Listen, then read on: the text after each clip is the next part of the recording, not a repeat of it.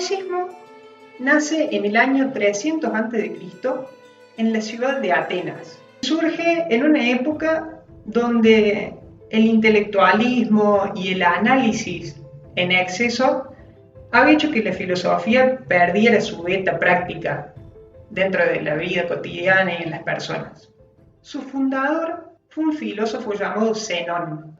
En aquel entonces en Atenas, luego de la muerte de Sócrates, se abren distintas escuelas de filosofía basadas en Sócrates, pero que le dieron una textura particular cada una. Zenón estudió en algunas de estas escuelas, por ejemplo, estudió en la Academia fundada por Platón, también se formó con los cínicos y buscó rescatar lo mejor de cada una de estas escuelas para luego conformar un nuevo movimiento. Zenón se instaura en las galerías de los edificios de la ciudad de Atenas. Como estas galerías son llamadas estoas, el estoicismo fue el movimiento filosófico que se desarrollaba en las estoas. Esta escuela de filosofía duró aproximadamente 500 años, así que se podrán imaginar que en esa cantidad de años las formas y los contextos van a variar, pero va a haber ciertos conceptos, ciertas posturas filosóficas que les van a dar identidad y estas sí van a permanecer a lo largo del tiempo. Por un lado, no hay que olvidarse de que el estoicismo fue práctico, fue una filosofía moral que buscaba traer todo aquello que uno podía aprender, todo aquello que uno podía teorizar y llevarlo a la práctica. Poner en práctica los valores humanos y la práctica de la virtud de cada persona. Entendía que el universo era un único y gran ser vivo que surgía de una causa primera, de un punto, luego comenzaba a evolucionar y a esa causa, a ese punto inicial, regresaba. En este proceso, todas las cosas ocurrían porque era necesario que así fuera. Entonces, todos los acontecimientos, ya sea que dependieran de mí o no, iban a responder a la ley de la necesidad. Y a la vez todas estas cosas, todos estos sucesos, tenían un punto en común que era volver al origen. En lo práctico entendían que el ser humano tenía una identidad que a la vez formaba parte de una sociedad, de una cultura, y esta cultura a la vez estaba inserta en la naturaleza. Entonces estas tres esferas no eran paquetes cerrados o cajas estancas, sino que tenían una interconexión entre ellas. O sea, lo que ocurriera a cada persona iba a ocurrir a la sociedad también. De ahí, por ejemplo, podemos tomar la frase de Marco Aurelio, que fue un filósofo emperador de los últimos tiempos del estoicismo, que decía: nada que sea bueno para el panal puede ser bueno para la abeja. El objetivo del sabio estoico, del ser humano en sí, era alcanzar lo que llamaban la ataraxia, o un estado de imperturbabilidad, donde uno no se veía perturbado por todas las cosas que sucedieran a nuestro alrededor, por todas aquellas cuestiones que estuvieran hacia afuera de nosotros, sino que era una forma de mantener la firmeza dentro de uno mismo más allá de lo que ocurriera. El estoicismo nuevo aparece aproximadamente en el siglo I a.C. y perdura hasta el siglo II o III después de Cristo.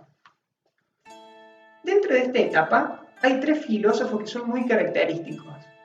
Por un lado Séneca, de quien vamos a hablar hoy, por el otro lado Epicteto y por el otro lado Marco Aurelio, que fue el emperador filósofo. Séneca fue uno de los tres filósofos que estudiamos en el curso de filosofía comparada y nació en el año 4 a.C. en la ciudad de Córdoba. De pequeño fue llevado a Roma y fue instruido en distintas ciencias o en distintas artes que se conocían en ese momento.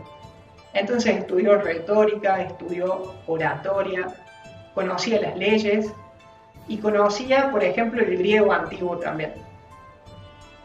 Toda la filosofía de Séneca va a estar centrada en la moral. Dejó un legado muy vasto y extenso, pero de todas las cosas que escribió, hoy nos vamos a focalizar en un escrito que se llama De la brevedad de la vida. Semejante a nuestras épocas, en aquel entonces también la gente se quejaba de que el tiempo no le alcanzaba, de que tenía muchas actividades para hacer en un corto periodo, o de que si dedicaba tiempo a algo lo tenía que cancelar para el otro. En realidad, la vida no es ni corta ni larga. Lo que ocurre es que va a depender de qué es lo que nosotros hagamos con nuestro tiempo. Si nosotros derrochamos nuestro tiempo y lo gastamos, bueno, la vida nos va a parecer corta. Este es un concepto estoico que es importante ahora para entender Séneca, que decía que las cosas son de dos naturalezas. Todos los sucesos que ocurren y que son necesarios que pasen son de dos naturalezas. Por un lado están las cosas que dependen de mí y por el otro están las que no dependen de mí. Aquellas cuestiones que no dependen de mí, yo no puedo hacer nada con ellas. Entonces, gastar tiempo en aquello que no depende de mí era malgastar la vida. Dentro de las cosas que sí dependen de uno, estaban las decisiones que uno tomaba. Estaba la coherencia interna entre los pensamientos, las emociones y las acciones. Dependía de uno cómo uno iba a posicionarse ante eso externo que no tenía ningún poder. Estas cosas, las circunstancias externas, uno tenía que aprender a encontrarse en ellas y armonizarse en ellas. Los estoicos nunca iban a buscar modificar lo que le ocurría, sino que lo aceptaban humildemente, ya que era parte de la ley de la necesidad. Era parte del ciclo de la vida universal que esto pasara como pasaba. Gastar tiempo en aquello que no depende de mí hace que mi vida se perdiera. ¿En qué cosas se perdía principalmente el tiempo o se malgastaba? Era en los deseos, en las pasiones, en todo aquello que alimentara el egoísmo y la separatividad entre las personas y con la naturaleza. Y el tiempo estaba bien empleado en aquello que llevaba a formarse como ser humano. Todo el tiempo que uno pusiera en intentar desarrollar virtudes y encontrar virtudes en uno, poner en práctica las habilidades y poder vivir los valores atemporales, eso hacía que el ser humano empleara bien el tiempo. Cuando el ser humano opinaba o cuando el ser humano estaba atento al qué dirán de las personas o perseguía riquezas, la vida se iba. Pero mientras el ser humano estudiaba los clásicos, contemplaba lo que ocurría a su alrededor sin juzgar, en esos momentos es como que hacía del tiempo un alimento de sí mismo. Y cuando eso se encontraba, la vida ya no era ni corta ni larga, porque uno estaba armonizado con cómo iban sucediendo las cosas. Una de las frases que deja Séneca cuando termina el escrito dice: de las mejores formas de utilizar el tiempo, vamos a encontrar que es leer a los clásicos, por ejemplo a Zenón o a Platón. Porque si nosotros leemos a los clásicos, seguro no vamos a gastar la vida en ello, no vamos a gastar nuestro tiempo, no lo vamos a malgastar, sino que vamos a estar recibiendo del tiempo de ellos para formarnos a nosotros mismos.